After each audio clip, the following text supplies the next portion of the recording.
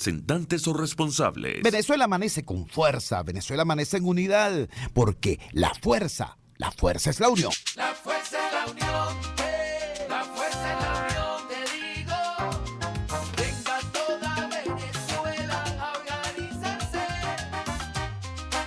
La fuerza es la unión, la fuerza es la unión. Y a poner tu granito de arena, dale por Venezuela. Actívate, en la unión está la fuerza.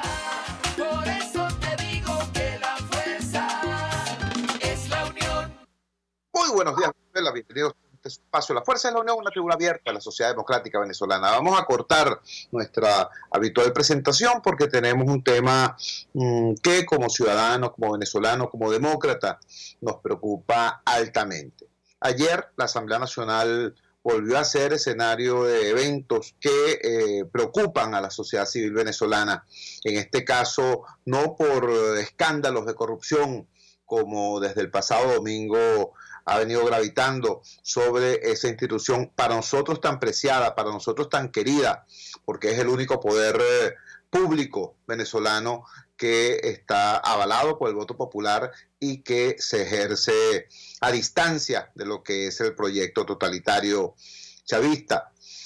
No, lo que ocurrió ayer fue que un punto muy importante en la agenda, un punto del cual depende la vida incluso de decenas, centenares, miles quizás de venezolanos, el punto referido a la aprobación o a la primera discusión al menos de una ley que haría posible acuerdos parciales para avanzar en la resolución del drama eléctrico en algunas ciudades venezolanas donde ha sido más cruel el tema de los apagones.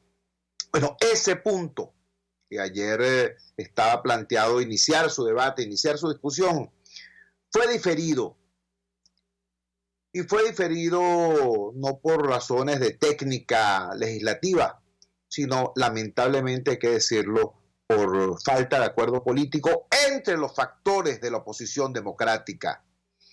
Tenemos en línea a Mariela Ramírez. Mariela Ramírez es vocera de la organización Dale Letra. Dale Letra forma parte del conjunto de organizaciones de la sociedad civil venezolana que han estado empujando, promoviendo, construyendo consensos para hacer posible el avance de este proyecto. Mariela Ramírez, junto con otros activistas de la sociedad civil, estuvo ayer en la Asamblea Nacional, no por cierto por sorpresa, estaba prevista la presencia de ella y de esos otros activistas de la sociedad civil allí, y bueno, fue de los venezolanos que recibió, digamos, ese balde de agua fría que implicó el cambio de la agenda de discusión del Poder Legislativo. Mariela, gracias por atender nuestra llamada madrugadora. Dinos, por favor, ¿qué pasó ayer en la Asamblea Nacional y qué implica eso para la sociedad civil venezolana? Te escuchamos. Buenos días, Chugo, y buenos días a toda la audiencia madrugadora. De nuevo, gracias por la oportunidad en este espacio. Bueno, como tú bien dices, ayer no estaba previsto que nosotros tuviéramos tres voceros de la sociedad civil, Luis Francisco Cabezas de Convite, Débora Van Berken de Sinergia y mi persona, un derecho de palabra en ocasión de la primera discusión de la ley aprobatoria del mecanismo de apoyo humanitario para la emergencia eléctrica. Sin embargo, sin que mediara ningún mensaje de por medio, ninguna palabra, fuimos sorprendidos en el momento de la lectura de la agenda con un cambio en la agenda. A mí me gustaría, Chugo, primero que todo, poner esto en contexto. Claro. Venezuela vive, como todos sabemos actualmente, una emergencia humanitaria compleja de gran escala y severidad que, según reportes de Naciones Unidas, estima que hay 7 millones de venezolanos a quienes urge ayuda y protección humanitaria, sin sumar a los 5 millones prácticamente que ya están fuera del país. En este contexto, en donde no hay electricidad en casi todo el interior del país, ayer mismo, el día de ayer y el día anterior, ha habido cortes nuevamente severos de electricidad en Zulia que impiden no solamente la vida normal de las personas, sino que impiden operar personas en hospitales. No sabemos porque estas son cifras ocultas, cifras que sabremos en en mucho tiempo no sabremos cuántas personas mueren por razones de cortes eléctricos, por no poder recibir atención, etcétera. Desde ese punto de vista, la sociedad civil desde el mes de marzo comenzó a trabajar pensando, innovando, cuáles podían ser mecanismos que nos permitieran canalizar recursos para la reconstrucción del sistema eléctrico. Por supuesto no es una solución integral, sino es un paliativo. Es como decir que aquí hubiera habido un terremoto, un huracán como el que ha habido, pero institucional, y se hubieran caído los postes de luz. Bueno, hay que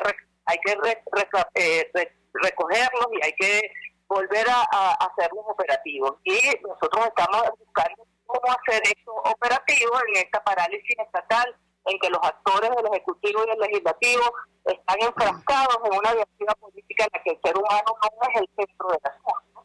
Y entonces después hicimos un recorrido por partidos políticos, por actores sociales de diferentes sectores, explicando esta idea que se trata de que el mecanismo humanitario del país, que entró al país por la vía de justamente la presión de defensores de derechos humanos, de sociedad civil y de actores políticos, que después de 5 años de trabajo y de presión sobre los organismos multilaterales, logramos que se instalara un equipo de país, un equipo humanitario de país. A nosotros, en una dinámica de diálogo social que promovemos entre todos los actores, salió del seno de la red de derechos humanos la idea de utilizar ese mecanismo humanitario, que es un espacio institucional regido por los principios de humanidad, neutralidad, imparcialidad e independencia, como un espacio institucional compartido por los actores que están en busca, que pudieran, a través de los cuales pudiéramos canalizar recursos y se pudieran entonces acometer aspectos de urgente necesidad para el pueblo de Venezuela. Tenemos meses trabajando con equipos técnicos del PNUD, de la CAP, participaron equipos del Ministerio de Energía Eléctrica, participaron técnicos del país, y se llegaron entonces a unas soluciones para los estados más afectados, y se hizo este proyecto que se ha llamado el Acuerdo Eléctrico. Para que este proyecto se concrete, es necesario que la Asamblea Nacional apruebe el endeudamiento de la República y podamos entonces comenzar la segunda discusión, a través de una primera discusión de la ley, podamos empezar una segunda discusión en la que se trabaje artículo por artículo la ley, los aspectos técnicos, etcétera. Y el día de ayer, como tú decías, pues esta primera discusión no se dio. Desconocemos las causas, porque repito que no ha habido ningún mensaje de las fuerzas políticas que han paralizado este proyecto nuevamente pues hacia la sociedad civil. Este mecanismo eléctrico es un primer acuerdo por la gente que ayudaría a mitigar la grave situación del sistema eléctrico nacional, un mecanismo que fue construido con los buenos oficios del grupo de voto, después de haber visto muchísimos otros actores políticos que ayudaran a operativizar este proyecto. Como te digo, se trabajó en conjunto todos estos equipos. Es importante que se entienda que el país clama por soluciones, que el país necesita la voluntad política de estos diputados para dar un giro definitivo a la dinámica relacional que nos tiene condenados a ese sufrimiento en el que se ha convertido la vida de los venezolanos. Y se trata de hacer de esa institución un sitio para el encuentro, el debate, la búsqueda definitiva de soluciones a una política concertada que nos dé una solución integrada a los venezolanos a este problema que sucede.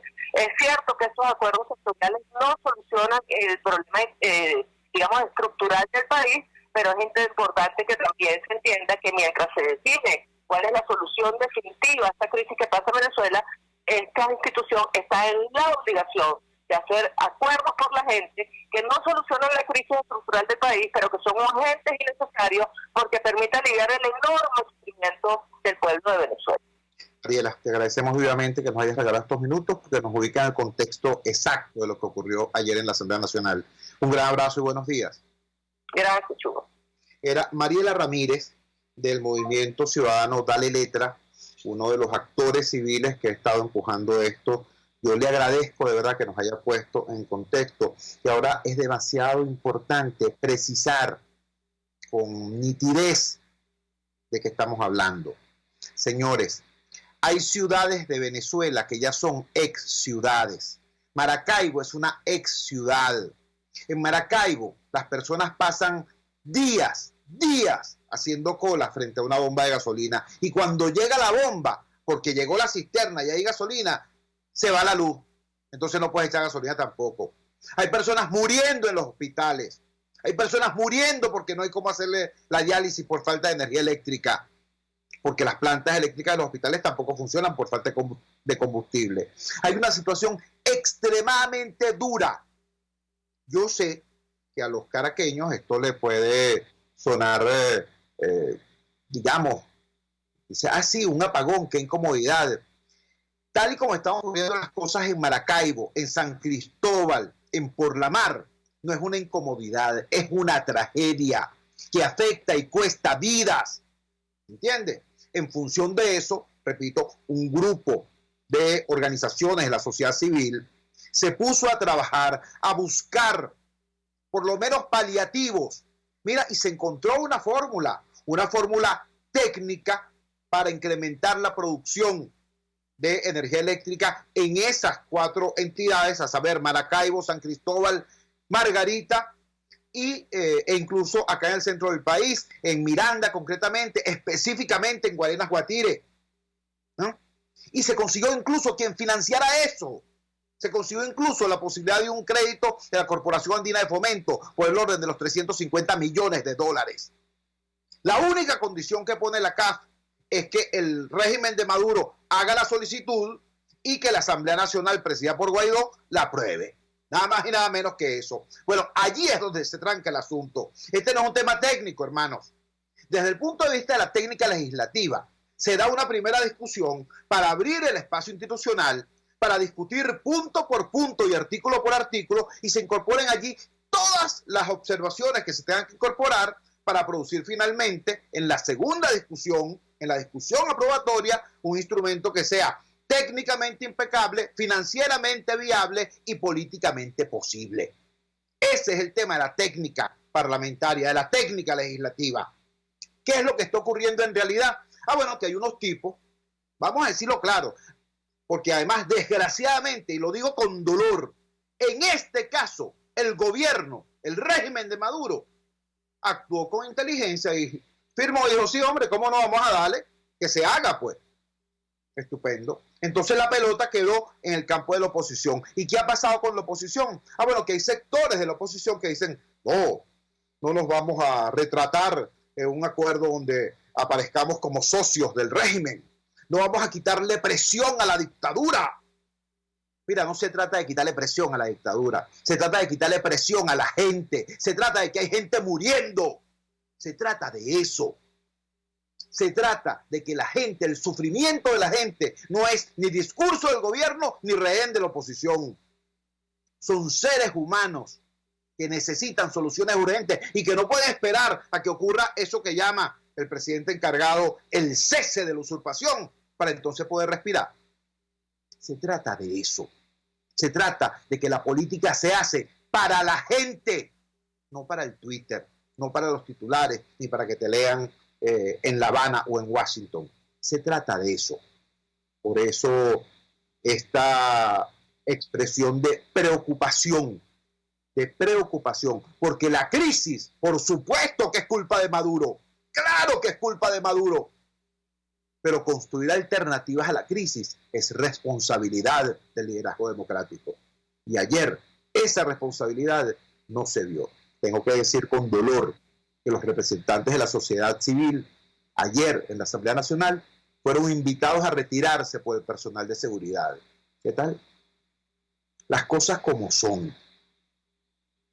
Todo el mundo sabe acá los esfuerzos que humildemente uno ha hecho en la vida para tener esa Asamblea Nacional, para tener esa mayoría democrática.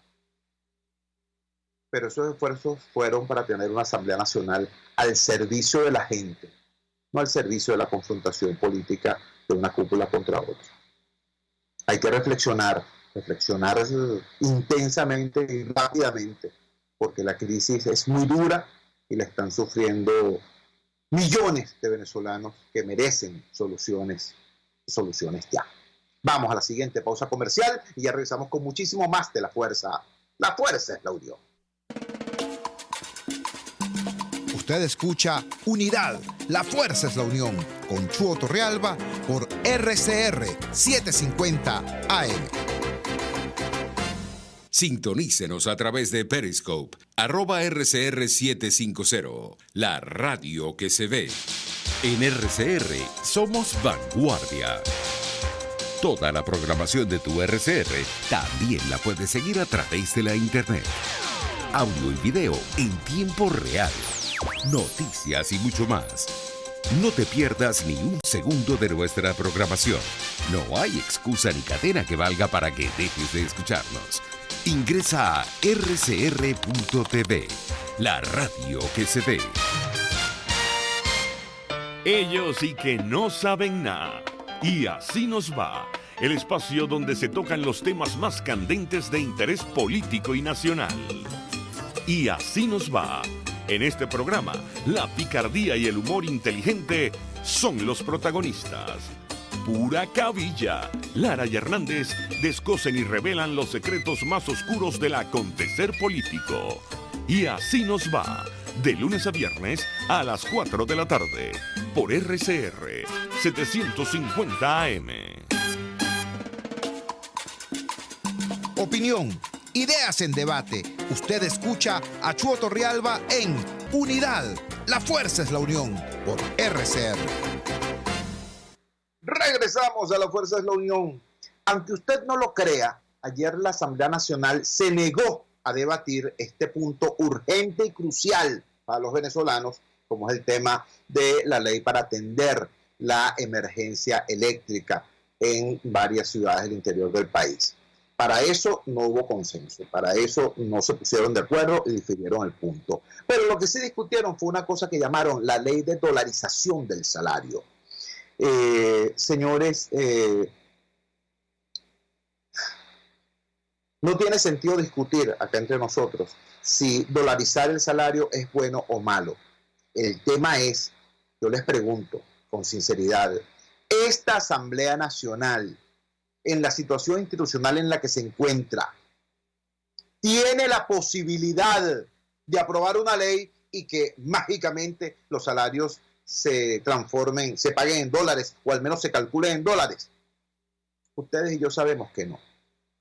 Sin embargo, repito, ayer no se debatió una ley en la cual la Asamblea Nacional podía avanzar, pero sí gastaron un tiempo precioso debatiendo una ley que desgraciadamente es ciencia ficción, la ley de dolarización del salario. Sin embargo, buscando criterio experto para abordar este tema, tenemos la entrevista que le hicimos ahora más temprana a la economista Tamara Herrera. Tamara Herrera es consultora, es directora de Síntesis Financiera y tiene respecto a este tema de la dolarización importantes opiniones. Ella se ha referido de manera muy crítica a esto que llama Maduro la autorregulación de la economía, la manera como Maduro aborda la dolarización salvaje y desordenada que estamos viviendo. Y le preguntamos a Tamara Herrera si, además de esa dolarización salvaje que ha promovido Maduro, ¿qué elemento incorpora este debate que ayer se produjo en la Asamblea Nacional sobre la presunta dolarización del salario? Escuchemos lo que nos dijo Tamara Herrera. A ver, tratando de pensar en primer lugar de buena fe, diría que hay que ver cuál es el contenido de la ley en detalle de la propuesta para juzgar qué tan realista es y qué tanto se aleja de lo que muy tentadoramente en general todos los políticos de cualquier corriente tiende a utilizar la promesa de un salario en dólares como una suerte de carnada, es decir, como un anzuelo populista. Entonces es una promesa riesgosa que está amparada en el desconocimiento en general, porque que tú ganes en dólares a secas no quiere decir que estás resguardando como se debiera el poder adquisitivo preferiría pensar que cuando se está estableciendo esa ley, se está pensando en esa ley, primero es teniendo el dólar como una referencia, pero, y no el compromiso de pagar en dólares, cosa que es absolutamente irrealizable, como bien lo dijiste tú en la introducción. A mí no me gusta que aparezca, ni siquiera cuando estuvo en campaña electoral, el tema de la propuesta de dolarización que propuso Francisco Rodríguez, que era una propuesta estructurada, mucho mejor estructurada obviamente, era parte de una reforma económica, pero no me gusta que aparezca esa carga de por medio, porque me parece que precipita, hace tentadora la aceptación de algo cuando resulta que es una decisión extremadamente exigente, y si se sabe que es así, entonces es un acto de hipocresía proponerlo de esa manera.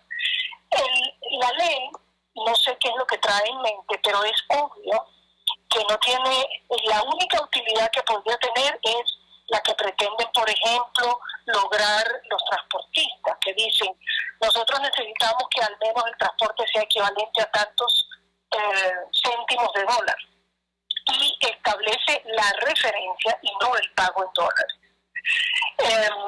Estas son manifestaciones del desorden, de una situación prácticamente caótica en la que ha ido profundizándose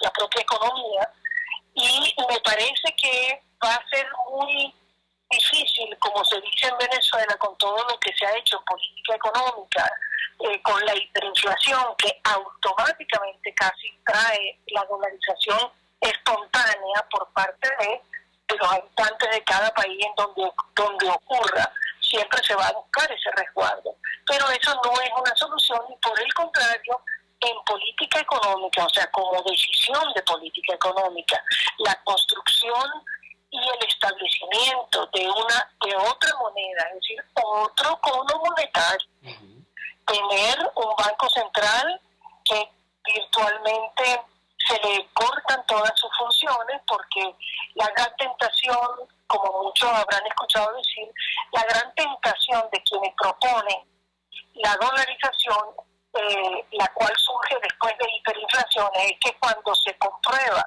precisamente que las sociedades y sus políticos, porque los políticos no creo que provengan de lo extraterrestre del otro mundo, sino que efectivamente son parte de una sociedad. Si esa sociedad tiene una propensión al populismo, a no tener la capacidad de mantener la clave básica de la estabilidad económica en cualquier país y tiempo de la historia, que es la disciplina fiscal, igualito que en una casa, tú no te puedes endeudar hasta donde puedas pagar, porque de lo contrario las consecuencias son gravísimas para el futuro tuyo y de tu familia. Eso es en lo que entró Venezuela hace muchos años, desde que empezamos, lo agravamos cuando empezamos con el millardito, y después se hizo incontrolable cuando estalló la hiperinflación, que fue desencadenada cuando perdimos los ingresos petroleros con la crisis estructural de petróleo del 2015. Entonces, hablar con ligereza sobre la dolarización es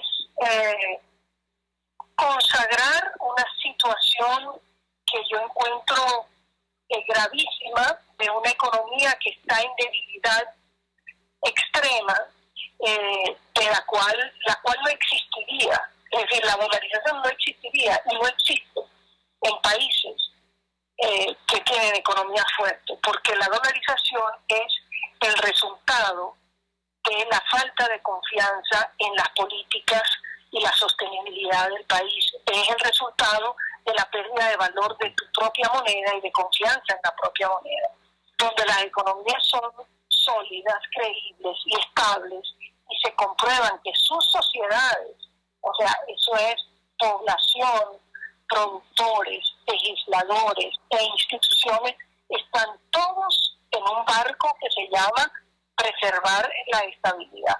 Cuando se tiene eso, están blindados contra la hiperinflación, porque tienen disciplina fiscal y jamás se van a estar planteando cómo usar la moneda o adoptar la moneda de otro país, porque su moneda seguramente será suficientemente sólida y segura en el largo plazo como para que una persona diga, aquí están mis prestaciones, déjame ponerlas en ahorro, porque esto me va a servir para el techito, para la plata banda, para el estudio, para los útiles escolares, para la vacación, para lo que sea. Desde que se destruye la estabilidad, se alimenta la inflación y con eso tienes consagrada una espiral donde todo el mundo apenas agarra sus bolivitas, sale corriendo a darle uso o a transformarlo en algo que no pierda valor. Estamos conversando con la doctora Tamara Herrera, directora de Síntesis Financiera, economista y consultora. Doctora Tamara, ¿qué sugerencia, si fuera posible hacerle una sugerencia en estos momentos a quienes en el Poder Legislativo y en el debatido Poder Ejecutivo en nuestro país están manejando esto en este momento en que se ha producido una reducción brutal del tamaño de nuestra economía, con todas las implicaciones que eso tiene para el ciudadano de a pie, tanto asalariado como empleador? ¿Qué recomendación urgente podría hacer usted en una situación límite como esta?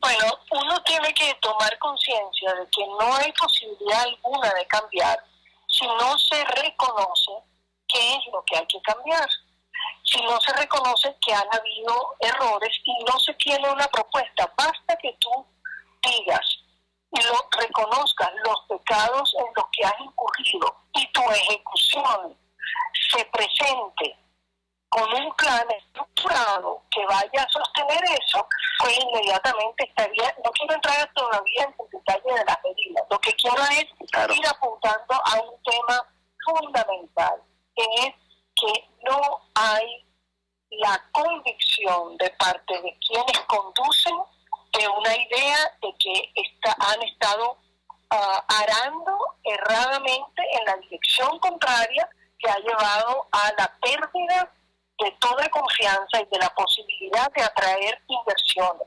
Esa es la razón por la cual Venezuela ahora hay que escribirla chiquitica y en minúscula, porque a lo largo de estos últimos 6 años se ha reducido su tamaño en casi 70% cuando termine este año. Entonces es una economía extremadamente pequeña que, bueno, como recuerdo yo decía aquella salsa, ahora no hay tip para tanta gente, no había cama para tanta gente, bueno, ahora no hay producto para tanta gente y por eso tenemos esta tragedia emigradora. Entonces, ¿qué es lo que hay que hacer y qué es lo que hay que llamar la atención? Bueno, yo creo que los políticos y las autoridades, los políticos en ejercicio fuera del gobierno y los que están dentro tienen que tener el coraje de decir en qué se equivocaron y cómo lo van a plantear.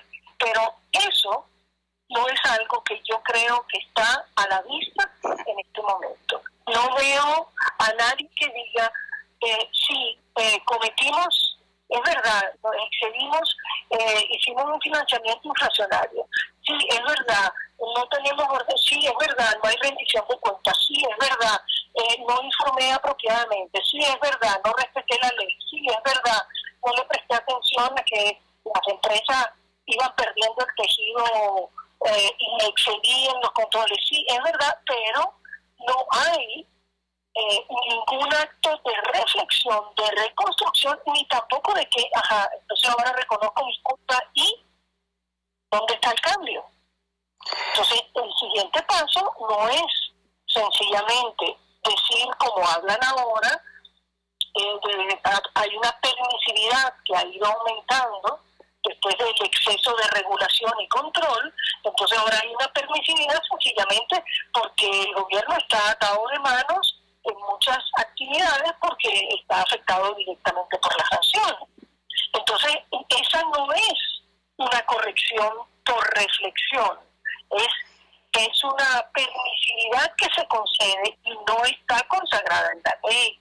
No hay un cambio de leyes que consagren ese margen de acción y esa supuesta autorregulación de la que habló Nicolás Maduro en la famosa entrevista. Es decir, es un cambio tan poco creíble que de hecho no se ha producido ningún cambio. Venezuela saldrá y comenzará a salir de este hueco que estamos cavando en el mismo momento en que la gente se crea lo que diga quien sea el presidente de la República. Y cuando lo crean los que están aquí y los que están afuera, que son los que tienen que prestar los dineros, que tienen que invertir aquí, o que tienen que eventualmente, aquel que haya incluso ahorrado, comprado, cualquier persona que tenga algo y que esté protegiendo su patrimonio, ese patrimonio va a venir a sembrarse aquí tan pronto tenga la convicción de que quienes tienen a cargo el país no van a tomar ni actitudes depredadoras, ni van a estar generando incertidumbre, porque lo que ocurre es que después se van y no hay credibilidad, no hay sino una secuencia de litigios, y seguimos sin la variable más importante de todas, que es la confianza para atraer las inversiones, que son las que le van a dar la tuerca, el tiraje, precisamente para que puedan venir inversiones aquí. Aquí hay, independientemente de la inmigración, estamos hablando de tener acá 28, 27 millones de habitantes que hay que atender con apremio y con urgencia, con cosas vitales y con cosas que van desde lo esencial y crítico hasta el entretenimiento mismo. Todo eso está servido en bandeja aquí para hacerlo florecer. Y es asombroso que hayamos podido llegar hasta ese extremo de que la inversión y la economía se ha reducido, la inversión desaparece, porque lo que ha habido sembrado a lo largo de 20 años es una tónica absolutamente, es una retórica hostil, amenazante. Bueno, nadie va a poner en riesgo aquello que sudó, simplemente para correr el riesgo de que pueda alguien en un momento de ataque populista decir: ahora te quito esto y lo doy a los pobres, lo cual es un falso Robin Hood, además. Entonces, esa vuelta, para volver a tu pregunta, Chu, es no puede haber ninguna vuelta real si no hay la convicción de que el acto de reflexión y los protagonistas y su plan son creíbles. Tú puedes tener el mejor plan, pero si tú no tienes ni el liderazgo, ni la escuela, ni la comunicación, ni la explicación a la población no va a entender en qué cosas estamos remando todos hacia el mismo lado.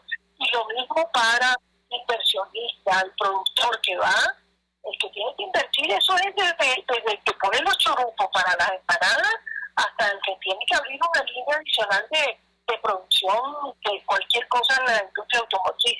O sea, el criterio y la lógica es exactamente la misma. Confianza, porque lo que queremos es ver futuro. Y si donde hay nubes no se puede ver el futuro, y entonces tú te paralizas hasta que levanten las nubes.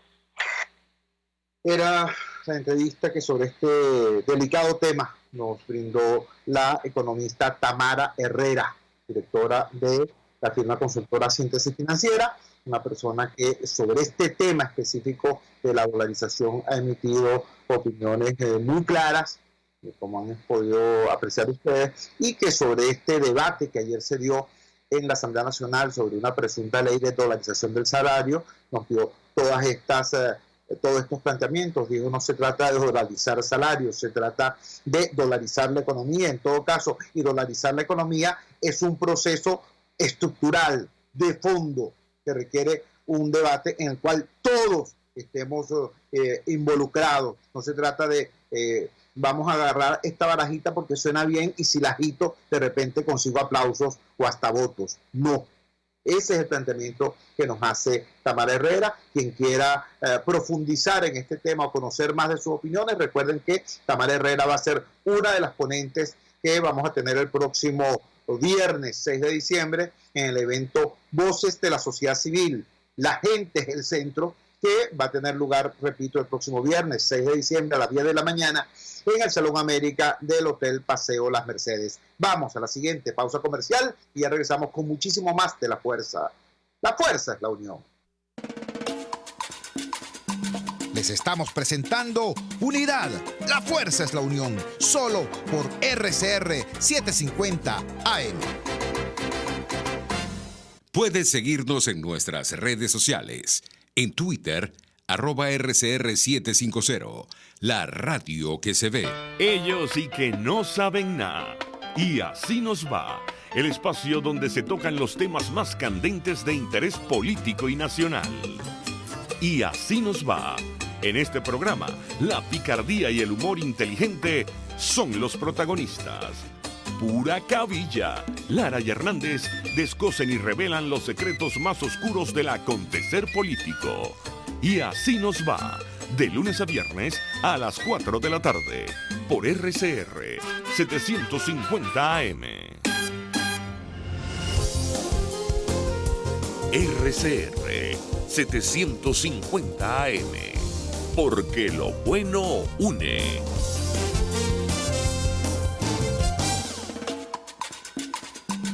Les estamos presentando Unidad. La fuerza es la unión. Solo por RCR 750 AM. Regresamos a La Fuerza es la Unión. En el primer segmento vimos la preocupación ciudadana a propósito del diferimiento de la ley para atender el drama eléctrico, la crisis eléctrica en ciudades como Maracaibo, San Cristóbal y Por la Mar.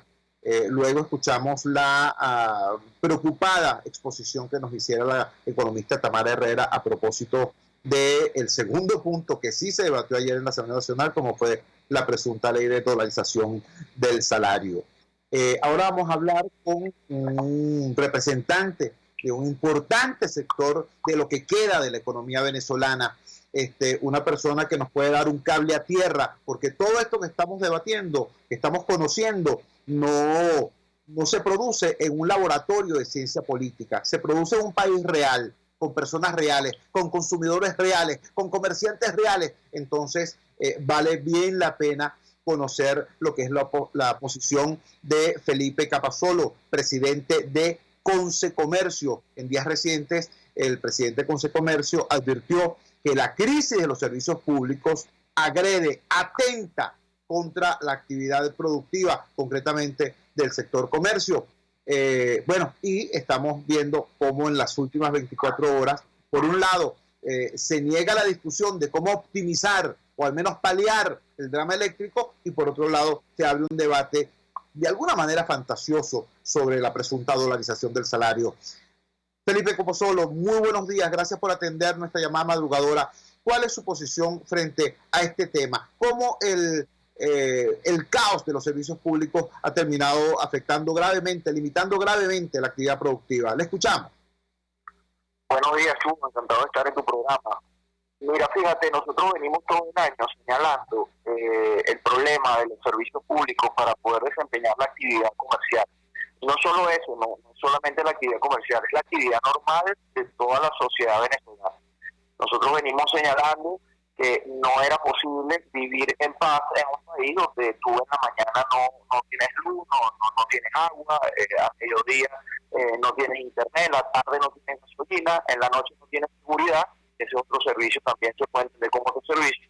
Entonces es fundamental que nosotros para el año que viene, si de verdad queremos entender el camino del crecimiento, invertir esta tendencia negativa de recesión en la cual llevamos aproximadamente 6 años, y queremos invertir esta tendencia de 2 años de inflación, lo primordial son los servicios públicos. Lo hemos señalado, una palanca fundamental para que un comercio, para que una industria, inclusive para que un agricultor, un criador pueda trabajar con unas condiciones más o menos decentes.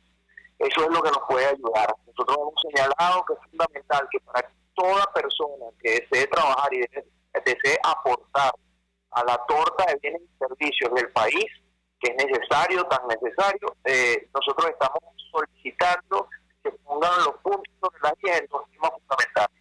Por supuesto, habíamos hablado de la necesidad del crédito para toda la actividad privada, que es la palanca que sostiene la cadena de actividad privada, pero muy fundamentalmente el tema de la electricidad.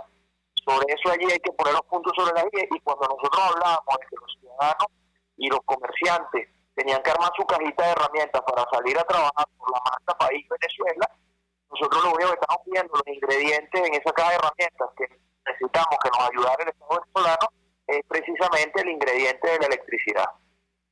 Estamos conversando con Felipe Carazzolo, es presidente de Consecomercio. Usted conoce bastante bien lo que es la situación de sus agremiados en zonas como Maracaibo, después de sobrevivir incluso a saqueos indiscriminados que no tuvieron, desgraciadamente, contención por parte de la fuerza pública. Ahora están constreñidos por esta situación de la crisis eléctrica. ¿Cómo afecta esto en términos del día a día el funcionamiento de la actividad productiva? ¿Qué factores tendrían que ponerse de acuerdo para al menos paliar esta situación? Yo comprendo y todos comprendemos que aquí hace falta un cambio profundo, estructural, de fondo en la ecuación política y económica venezolana. Pero mientras eso ocurre, ¿qué hay que hacer para que fluya y al menos respire la sociedad venezolana?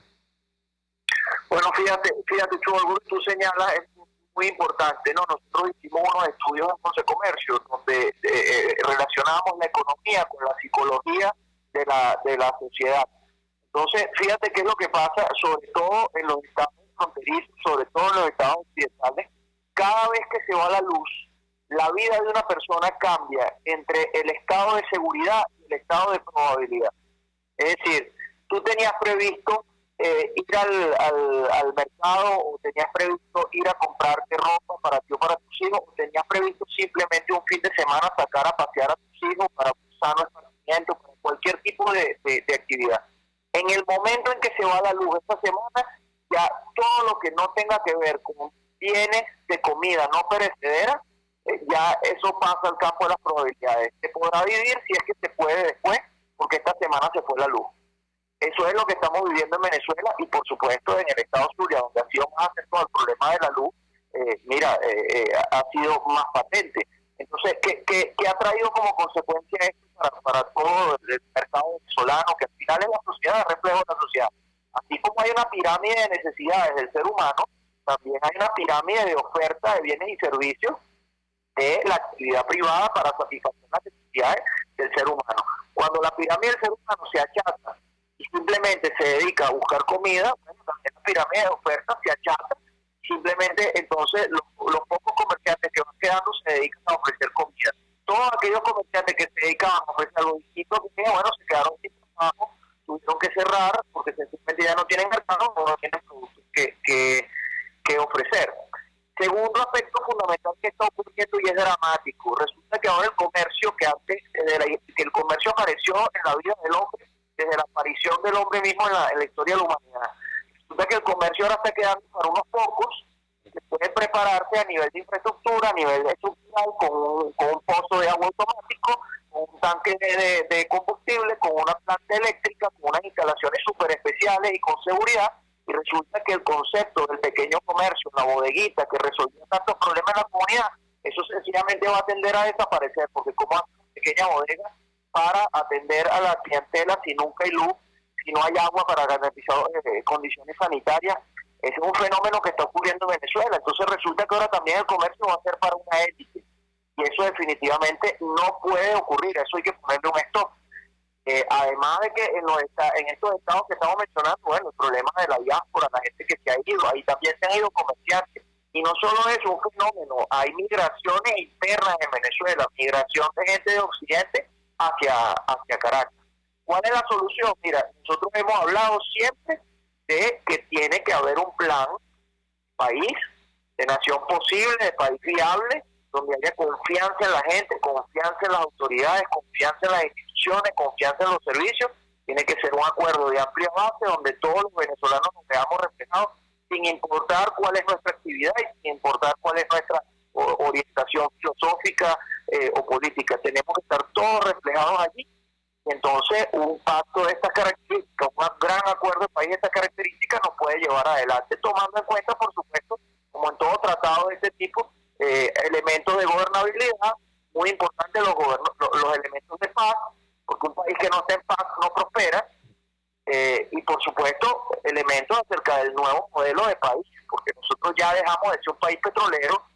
Bueno, ahora tenemos que buscar nuestra identidad y tenemos que entender todos en Venezuela que debemos enfocarnos hacia una oferta exportadora, una oferta exportable donde todos de alguna manera participemos en esa cadena. Por eso yo hablaba al principio de la marca país y por eso hablo de la meta país, donde esta marca se va a desarrollar.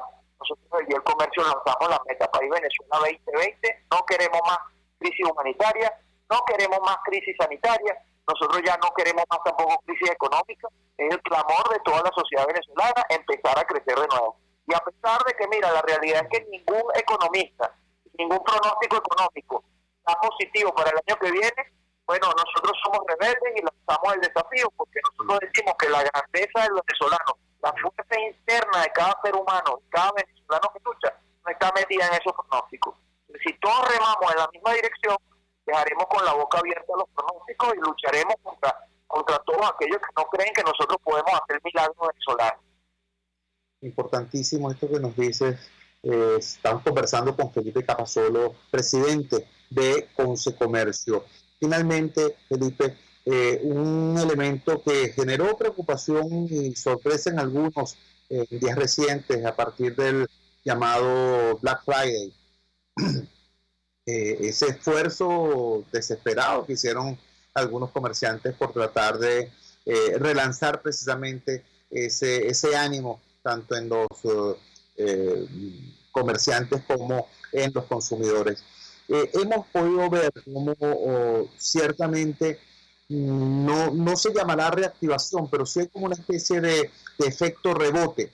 El submarino tocó el suelo y hay una suerte de efecto rebote que algunos lo están instrumentalizando y vemos entonces la profusión de bodegones y otro tipo de negocios exclusivos, así como tú decías hace poco que hasta que las bodeguitas están desapareciendo y se mantienen en la actividad solamente aquellos que tienen el músculo financiero necesario para reponer ellos las deseconomías externas que usualmente aseguraba el Estado. Este tema es sostenible. ¿Es posible transitar un camino de recuperación teniendo una desigualdad tan marcada, tan abierta? Es decir, tendremos que acostumbrarnos a un país de bodegones y a otro país que al lado está buscando comida en los basureros. ¿Cómo ves eso desde la perspectiva de Consecomercio? Sí, mira, nosotros vemos, por supuesto que toda tendencia positiva que mejore, que donde se vea la mejoría del consumo, donde se vea que se puede trabajar, que se puede recuperar el mercado, nosotros por supuesto que la celebramos. Sí estamos un poco preocupados por el tratamiento mediático que se le dio a este fenómeno del Black Friday o del Viernes Negro. Si bien es cierto que el idioma que hablan el que vende y el que compra se resume a un punto de entendimiento que es el precio, y si ese día los precios bajaron a beneficio del consumidor, bueno, eso es muy bueno. Pero estamos muy preocupados porque entonces se le da un tratamiento mediático, sobre todo desde el punto de vista internacional. Nosotros no entendemos cómo se le ha dado tanta cobertura a este tema. Entonces se habla de una supuesta recuperación en Venezuela. Miren, la realidad es que Venezuela este año tiene una caída del Producto Interno Bruto total del 35%. Y la componente de aporte del comercio a esa torta de bienes y servicios, que es el PIB de la nación, que está cayendo 35%, bueno, solamente en comercio se está hablando de una caída entre 35 y 40%. Que si en los últimos 2 meses del año se saca un paracaídas y aligeras la caída, porque es una tendencia distinta en estos 2 últimos meses del año, mira, eso está muy bien, pero cuando tú sumas todo el año, donde tuviste meses enteros que no trabajaste por fallas de luz, donde tuviste meses que no trabajaste porque tus clientes no tenían crédito y no te podían comprar, mira, el resultado total del año es negativo. Entonces se le da una cobertura a este tipo de episodios, como que aquí en Venezuela ya nos recuperamos y el mercado está funcionando perfectamente. La realidad es que nosotros no podemos decir que porque el 10% de la población, que es la que tiene acceso a divisas, porque bien sea porque las tiene ahorradas, las tiene guardadas o porque trabaja y gana divisas, y qué bueno que puedan salir a comprar, y qué bueno que puedan salir a tener una vida de mayor calidad, porque ese porcentaje de la población que no supera entre 10 y 15% puede hacerlo, no significa que el otro 85%, 90% sí pueda hacerlo, porque ahí entre ese porcentaje de la población y el otro 85% se está abriendo una brecha bien importante, porque del otro lado están como los que no acceden a divisas porque la ganan en su trabajo o porque la ganan en su actividad. Puede ser que estén recibiendo una remesa que va entre 50 y 100 dólares, que sabemos que en este momento no les va a alcanzar para mucho, y luego un gran porcentaje también de sí está viviendo de la ayuda social, está viviendo de la caja o está viviendo del rebusque. Entonces, ojo con eso, que no es lo mismo lo que tú ves en los centros comerciales, lo que puedes ver en las zonas del este de Caracas, eso no es lo mismo que tú ves en el interior del país, eso no es lo mismo que tú ves en las carreteras venezolanas. Entonces a mí me dicen viernes negro, bueno, mira, aquí hay poblaciones en Venezuela que todos los días son negros, porque no hay luz. Y me pregunto si ese día que hubo tantas ofertas y tantas colas en algunos sitios, y lo celebramos que así sea, pregunto yo si hay gente, a la gente le llegó ese día la caja doble también, por uno. Felipe. Eso, hay que hacer un análisis bien serio con eso, porque se está haciendo una cobertura mediática que a nuestro juicio es equivocada. Felipe, te agradecemos vivamente esta clase que nos estás dando, este cable a tierra que estás lanzándonos para entender cómo todo esto que se está debatiendo tiene al final un significado concreto para venezolanos de carne y hueso. Un gran abrazo, muy buenos días. Saludos. Era Felipe Capasolo, presidente de Ponce Comercio. Repito lo que planteamos al final de la intervención de Tamara Herrera. Si le pareció interesante, a mí me estremece cuando Felipe Capasolo dice Black Friday, viernes negro. Bueno, buena parte del país vive lunes negro, martes negro, miércoles negro, jueves negro, porque lo vive sin electricidad, lo vive sin financiamiento, lo vive sin esperanza. Y es necesario revertir esa tendencia. Los números que nos dio son ciertamente estremecedores. Felipe Capasolo también va a estar en el panel sobre economía en este evento del próximo viernes 6 de diciembre. El evento Voces de la Sociedad Civil, la gente es el centro, que tendrá lugar en el Salón América del Hotel Paseo Las Mercedes el próximo viernes a las 10 de la mañana. Creo que es una oportunidad interesante de interactuar con quienes en el ámbito de lo social, en el ámbito de lo económico y también reflexionando sobre lo político, están buscando alternativas a una situación tan dramática, tan compleja como la que estamos viviendo los venezolanos. Nos da Felipe Capasolo un tono de desafío, sí, de afirmación, sí, cuando dice, bueno, el ánimo de los venezolanos, la disposición de los venezolanos por salir de este hueco, por salir de esta crisis, no aparece en las curvas ni en los análisis de las predicciones económicas para el 2020. ¿Podemos hacer la diferencia? Claro que sí. Claro que podemos hacer la diferencia sabiendo exactamente dónde estamos y hacia dónde vamos y remando en la misma dirección. Este fue nuestro programa de hoy. Trabajamos para ustedes en la dirección general de la emisora, Jaime Nestares. Al frente de los controles estuvo César Arteaga. Habló para ustedes su amigo, comunicador popular, activista social, ciudadano en lucha por la democracia y por la libertad, Jesús Chua Torrealba. Ahora más que nunca, fuerza Venezuela, porque la fuerza es la unión. RCR presentó Unidad, la fuerza es la unión, con Chua Torrealba, solo por RCR 750 AM.